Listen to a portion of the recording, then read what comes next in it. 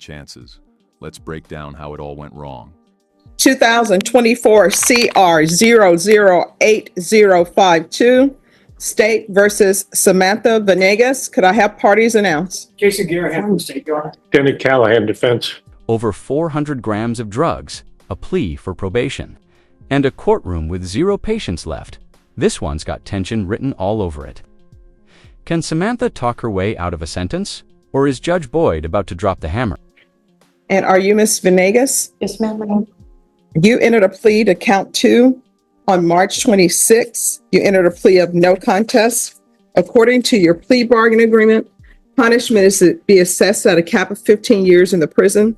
There's a $2,000 fine. State opposes your application for community supervision and deferred adjudication. They're taking in consideration 2024 CR 008054. Have both parties had a chance to review the PSI report and TAP evaluation? Yes, Your Honor. Yes, Your Honor. Any objections, state or defense? No, Your Honor. Any witnesses, state? State. Defense, any witnesses? Only allocution in writing from the defendant. All right. Any objections to the court reviewing the defendant's writing? No, Your Honor, the state is actually reserved. No objection. All right. The court will hear argument.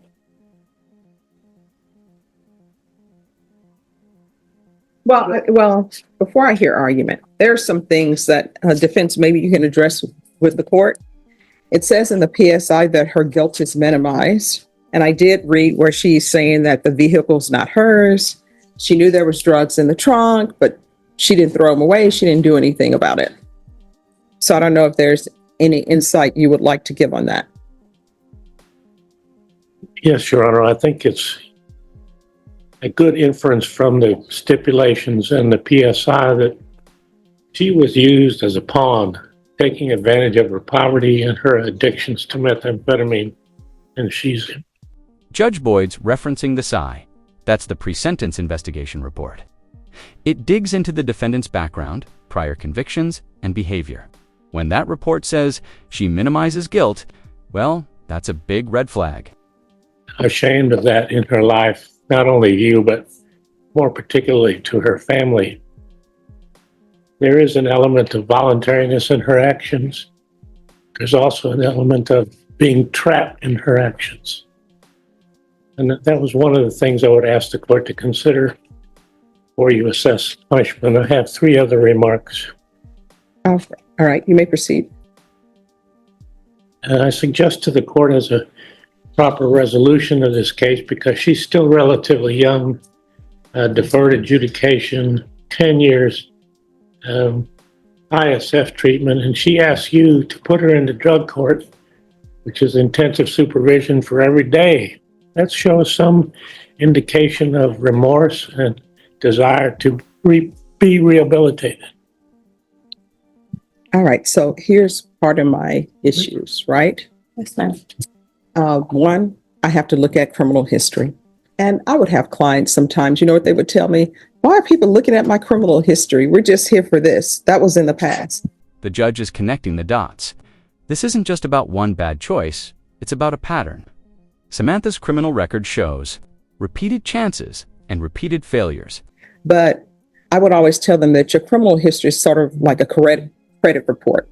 And what you're trying to get is probation. So people are trying to say, has she been placed on probation before? You know, will she do well? Yes. So it shows that you've been on probation before, and a motion to revoke was filed, and you were revoked and sentenced to 5 years. I know that was in 2007. Right. And then in 2014, you were sent to prison for another case. And in 2015, there's a case that you were sent to prison for, and I believe these were running concurrently because it appears that they were running concurrently. And then 2016, again, that's a case. It was running concurrently with the others. So what I'm viewing, it doesn't appear that you would be a good candidate for probation. May I say something? Sure. You want to raise your right hand, though, because the state may have some questions if you want to say something. All right. Do you solemnly swear or affirm the testimony you give will be the truth and nothing but the truth, so help you God? I do. All right, you can lower your hand, state your name for the record. My name is Samantha Venegas. I know, okay, I did, in 2010, I went to prison. I was gonna get reinstated on probation, but I took it up with my grandfather, and my grandfather wanted me to go do the time instead of being reinstated on my probation, because he was scared that I was gonna get messed up again and go do a large number of time, and he was gonna pass away. And while I how was old were gone. you when that happened? I was 29, 30. And so that's why I chose that. I chose that because my grandpa asked me to do that, and he ended up passing away 6 months before my release. But that is why I was going to get reinstated. At the time, my attorney was William Reese, and they were going to reinstate me and send me home, but my grandfather asked me to get it over with. That is why I went to prison. All right, so you're telling me that. I could understand. Samantha says she chose prison out of love for her grandfather. It's heartfelt, but when the stakes are this high, even good intentions can't erase a history of broken trust. Maybe they're bringing pressure on you with saying, oh, let me listen to my grandfather and take this time. But at the time you were 29, 30. Okay. Yeah. And then the other cases, because you got out of prison and then you pick up more cases.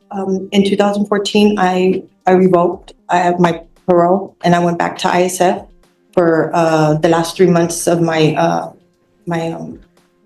my parole, and then that was done with that. And then in 2016, I went to prison again in 2016, and then I revoked and went back to safety, and I came out and I completed the rest of my probation. Okay. Why do you keep failing at probation?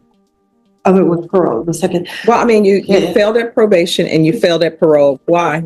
The first time when I was younger, I really don't have, I made some poor choices in my life back then, and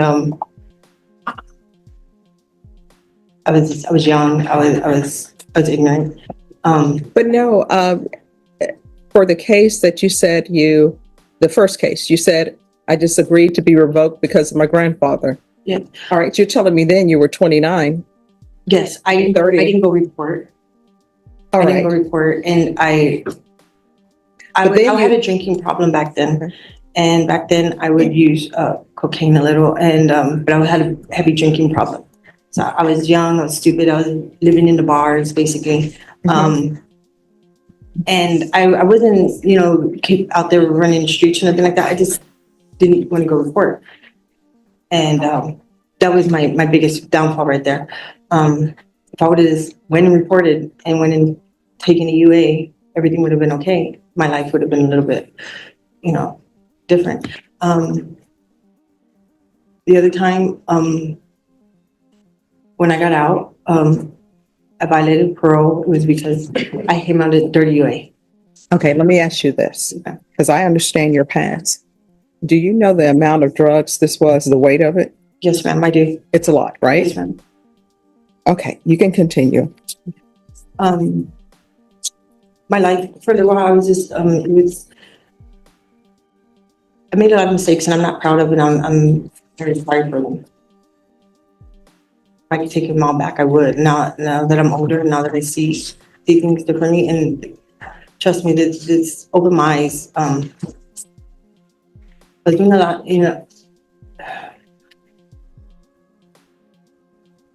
I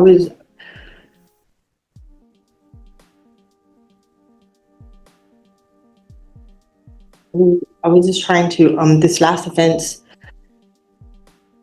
it was trying to, pay my bills. I was stuck in it. I was just trying to get out of it. And I see now that what it could cost me. And I apologize for that. No, but here's the thing. You had a previous drug case. Yes, ma'am. So I don't understand why you continue to try to build your happiness off somebody else's misery. So that's basically what you're doing. You're taking a shortcut and you're building your happiness off somebody else's misery. Addiction and can't stop. And there you are for money. Correct. You're right. All right. State, do you have any questions? Just facts of this case. Okay. Ms. Venegas, on this case, you stated that you The drugs were yours or the drugs were somebody else's? It wasn't mine, it was in the vehicle. All right, could you speak up, please? It wasn't mine, it was in the vehicle, but I was aware that it was in it, and I should have gotten rid of it. The key to the drug box was literally in her pocket. So much for not knowing. Judge Boyd's patience is gone, and the evidence is speaking louder than any excuse. So you're When I aware looked you had at a it. key in your pocket that matched the lock to the box that the drugs were in, correct? Yes. Correct. Okay, no further question, Your Honor. Nothing further. I have one other point, Your Honor. Yes. She has family support and was unable to get finalized letters into your hand indicating that support. That's all, Your Honor. All right. Ms. Venegas, Yes, ma'am. the amount of drugs in this case Yes, ma'am. is, let me see, over 400 grams. Yes, ma'am. And from what I read in the police report, and this whole thing about the being in your boyfriend's car and you don't know, you were in your boyfriend's car and you should have got rid of them, but you didn't. It doesn't ring true based upon what I read in the police report, because according to the police report, you're known as a, that's what it says in the police report, and that's what was stipulated to. I don't think you're a good candidate for probation. The court is going to find you guilty. The court will sentence you to 15 years in the prison. There's a $2,000 fine. Time and money will run concurrently. The court will take in consideration 2024 CR 008054. I'll suggest the therapeutic community. Did you review the document entitled Trial Court Certification of Defendant's Rights to Appeal with your attorney? Did you understand it? Yes, ma'am. And did you sign it? Yes, ma'am. Right, because this is a plea bargaining agreement, because I followed your plea bargaining agreement, because you waive your right to appeal, you do not have the court's permission to appeal. Excuse me. 15 years. No probation, no appeal. This wasn't just a sentence, it was a message. Do you think Judge Boyd got it right? Or was there still hope for redemption? Let us know in the comments. Thank you. Because this is a felony conviction, you're not allowed to own or possess any weapons or ammunition. If you have a question over what a weapon or ammunition is, you'll need to speak to an attorney. Do you understand?